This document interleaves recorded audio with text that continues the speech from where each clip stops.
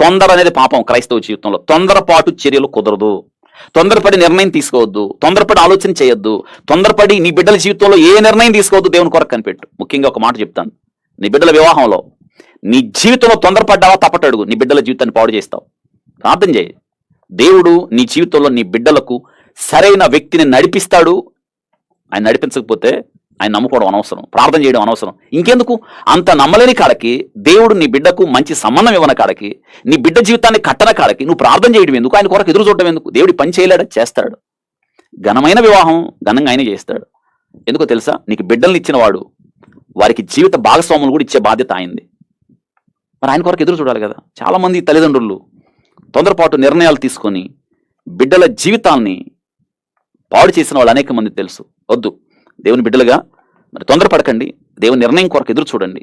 ఎప్పుడు ఈ మాట అనుకోకండి, నా బిడ్డ వయసు అయిపోతుంది. నీకన్నా దేవునికి ఎక్కువ తెలుసు నీ బిడ్డ వయసు ఎంతో. కాబట్టి ఈ విషయాన్ని జ్ఞాపకం పెట్టుకుందాం. నీ బిడ్డలకు పెళ్లి చేసే బాధ్యత అయింది, ఆయనకి ఇచ్చేయండి.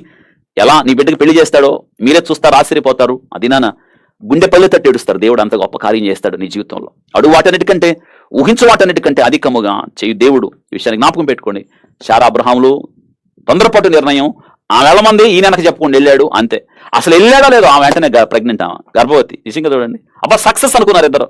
సెకండ్లో కూడా ఇచ్చుకున్నారేమో, డన్ అనుకున్నారు. ఇంతకాలం ఎందుకు చేయలేదు మనం ఈ పని? అసలు దేవుడు ఇస్తానన్న కొడుకు ఈడే. అప్పుడు ఇస్మాయిల్ పుట్టాడు. దేవుడు ఇస్తానన్నవాడు ఇస్మాయిలా? కాదు, దేవుడు ఇస్తానన్నవాడు కాదు.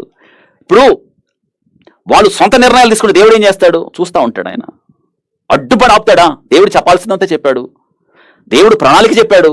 అతని గర్భంలో నుండి ఎవరు వస్తారో చెప్పాడు. ఇంత స్పష్టంగా దేవుడు తన యొక్క చిత్తాన్ని వాళ్ళ ముందు ఉంచిన తర్వాత వాళ్ళ చిత్తాన్ని పక్కన పెట్టి తొందరపాటు నిర్ణయ చర్యలు తీసుకుని దేవుడు ఏం చేస్తాడు? ఏం చేయడు. ఆయన చూస్తూ ఉన్నాడు. తొందరపాటు. ఇస్మాయిల్ పుట్టాడు. అసలు పరవశించిపోయారు ఇస్మాయిల్ పుట్టగానే. ఈడే వారసుడు అన్నాడు దేవుడు. అన్నాడు వాడు వారసుడు కాదన్నాడు. ఏమైంది? అసలు ఆమె గర్భవతి అయినప్పుడే, ఇంకా ఆడు పుట్ల ఇస్మాయిల్. గర్భవతి అవగానే శారా హాగరు దృష్టికి నీచురాలైంది. చూసారా, పెత్తనం చేస్తా ఉంది. నువ్వు గొడ్రాలివి, నేను గర్భం ధరించిన, వారసుడు వస్తున్నాడు, జాగ్రత్త అన్నట్టుంది. ఆమె శ్రమ పెట్టింది, పారిపోయింది. మళ్ళీ దేవుడు జోక్యం చేసుకొని, ఎక్కడికి వెళ్తున్నావు హాగరు? వెళ్ళి నీ యజమానురాలైన శారా గుర్తు చేస్తున్నాడు. నీ యజమానురాలు వెళ్ళి అణిగుండు.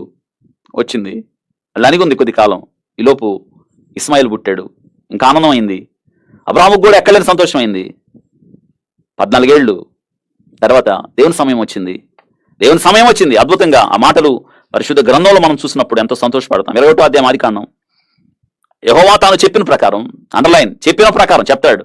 దేవుడి దినా నీకు చెప్తున్నాడు. నువ్వు దేని కొరకు ఎదురు చూస్తున్నావా? దేని కొరకు ప్రార్థన చేస్తున్నావా?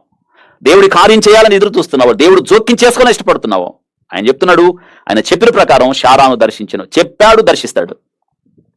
తను చెప్పిన ప్రకారం శారాను దర్శించను. యెహోవా తనిచ్చిన మాట చొప్పున శారాను గురించి చెప్పను. తనిచ్చిన మాట చొప్పున. ఎట్లనగా దేవుడు అబ్రహాముతో చెప్పిన నిర్ణయ కాలంలో, అండర్లైన్ చేశాడు ఆ మాట. నిర్ణయ కాలంలో శారా గర్భవతి. అతని ముసలితనం మందు అతని కుమారుని కనెను. ముసలితనం మందు కుమారుని కనెను. కుమారుడు పుట్టాడు. చూసారా, నిర్ణయ కాలాలు. ఇది నాన్న, ఆ నిర్ణయ కాలాల గురించి తెలుసుకోండి. నీ జీవితంలో ప్రతిదానికి దేవుడు నిర్ణయ కాలం ఉంది. ఆ నిర్ణయ కాలాలు తెలుసుకోండి. ఆ సమయం కొరకు ఎదురు చూడండి. ఆశకి ఎదురు చూడు. నీ ఆశ నిరాశ కాదు. నీ ఆశ భంగము కానేరదు. నీ ఆశకి నిరీక్షణ ఉంది. అది దేవుని ద్వారా కలుగుతుంది. దేవుడు ఎన్నడూ ఒట్టి చేతులతో పంపడం. మనల్ని ఒట్టి చేతులతో పంపడం, ఆకలితో పంపడం నాకు ఇష్టం లేదని శిష్యులతో చెప్పాడు కదా. అంతమంది బహుజన సమూహాలు ప్రభుకు వచ్చిన ప్రభు ఉపవాసంతో పంపించేయడం నాకు ఇష్టం లేదన్నాడు. ఆశగా వచ్చినప్పుడు, దేవుని మీద ఆధారపడి వచ్చినప్పుడు, దేవుడు నాకు చేస్తాడని వచ్చినప్పుడు ఒట్టిగా పంపించేస్తాడా? ఎన్నడూ కాదు. నేను అలా పంపించే దేవుడు కాదు. ఈ వాక్యాన్ని తెలుసుకో. నిర్ణయ కాలము శారాను దర్శించాడు. గర్భవతి అయింది. కుమారుడు పుట్టాడు. ఇంకా ఆనందమైంది. ఓ పక్క